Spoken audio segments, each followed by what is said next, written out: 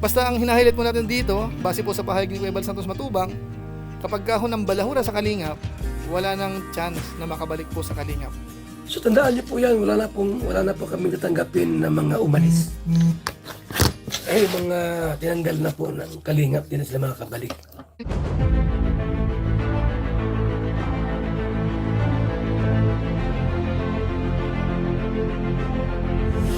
Ayun, shoutout guys, muli po, welcome to my YouTube channel. Ito po si Kuya Julay, ang inyong katugang, ang inyong Kalingap na muling babati po sa inyo ng magandang araw, magandang gabi.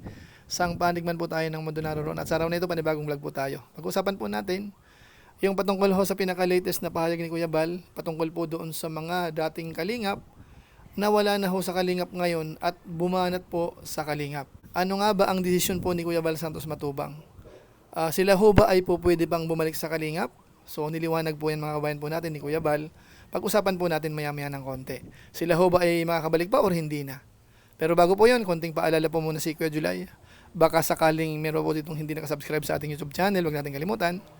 Julay Paunil. Tapos, pakipindot lang po yung notification bell button para lagi po tayong updated sa aking mga video upload. Tapos yung ating Facebook page po, Julay Paunil 2.0, pwede po nating i-follow at saka po pwede po nating i-like. So maraming salamat po sa inyong lahat. At kung okay lang po, sina Kuya Bal Santos Matubang Kalingap Rab, pwede po nating suportahan ang kanilang YouTube channel. At isama po natin yung iba pang mga Lingap partners, mga kasakasamahan ho natin. So maraming salamat po sa inyong lahat. Ngayon tuloy na po tayo, pag-usapan na po natin itong patungkol po sa mga umalis sa Kalingap na sabihin nating bumabanat yung karamihan sa Kalingap. Kaso nga lang ho, itong mga nakaraang araw, medyo nagpaparamdam po uli sila na para bang ang simpatya po nila ay nasa Kalingap pa rin. Ano po, ngayon ang tanong, sila ho ba ay po pwede bang bumalik sa Kalingap? Sila ho ba ay kausap na ni Kuya Bal Santos Matubang? May usapan ho ba sila? Na anytime sila po ay po pwedeng bumalik, mga kabayan po natin. Bagamat siyempre po tayo po ay may idea dahil sa mga live stream po natin, sa mga upload, sa comment section, marami pong nagsasabi na wag na raw ho silang pabalikin. Kasi nga raw po sila ay mga traidor, mga ahas na dati nakinabang sa Kalingap. Pero nung nakakita ng opportunity sa iba na maaaring mag-viral, iniwanan po nila ang Kalingap at doon po pumanig at doon po nagtatanggol. Ngayon nagkagulo-gulo po yung pinuntahan nila, yun ho ba ay sinyales para sila ay magbago rin yung kanilang kaisipan at bumalik sa Kalingap.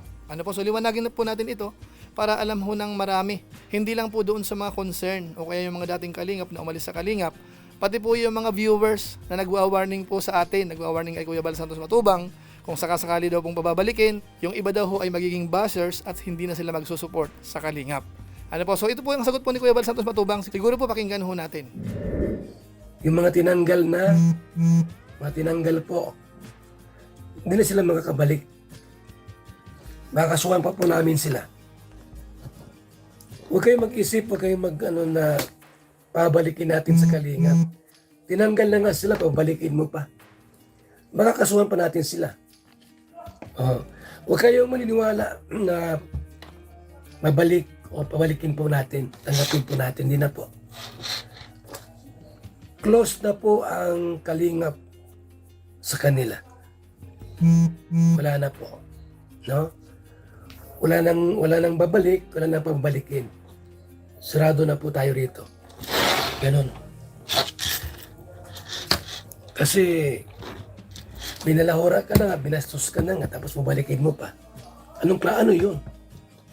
Anong klaseng kaisipan yun? Binalahura ka na, binastos ka na, inapakan ka na, tapos pabalikin mo pa. Pwede mong patawarin, pero wag nang pabalikin. Malinaw po yun, mga kaibigan. Ngayon, subukan nilang manira.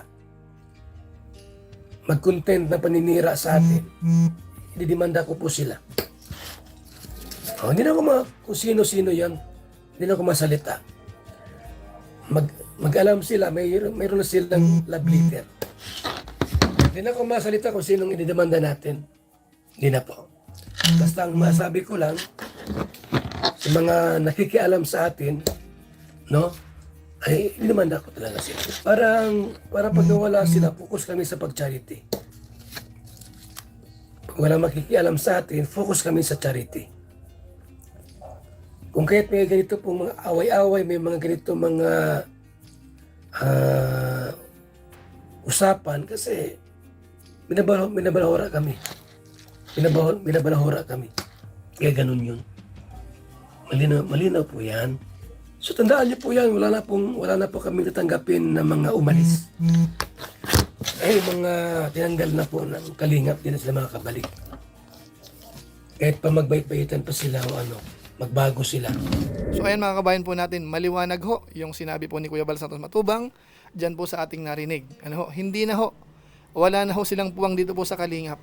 Once na sila po ay umalis, tapos sila ho ay bumanat sa Team Kalingap, hindi na ho, wala nang pag-asa base po dun sa narinig natin kay Kuya Bal Santos Matubang. At meron po siyang idinagdag kung sakasakali raw ho yung umalis dito.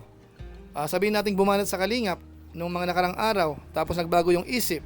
Sabi niya mas maigi, wag nang bumalik. Kung sakaling charity vlogger sila, pwedeng magtuloy ho. Kasi may mga kasama naman ho tayo na nagtuloy po sila kahit wala sa Kalingap, naging successful. Kamukha ni Ruel of Malalag, ni Marcos TV Channel. Pero hindi naman po sila nagpakita ng paglaban sa Kalingap o kaya paninira sa Kalingap. Yun po ang pahayag ni Kuya Bal Santos Matubang. Pwede sila mag-charity na wala sa kalingap. Ang dami nang naging successful na charity vlogger na wala na sa kalingap. Marcos TV. Oh. Isa yan sa mga patunay na malakas ang channel katulad sa kalingap. Magpino lang. Dami, di ba? Kahit nga si Ruel of Manalag, wala na sa kalingap pero malakas ang charity niya, malakas ang vlogs. Ganun yun. Kahit sino sa atin, kahit wala sa kalingap, seryoso ka lang sa pagsa-charity. Ganon. Lalakas ang channel mo.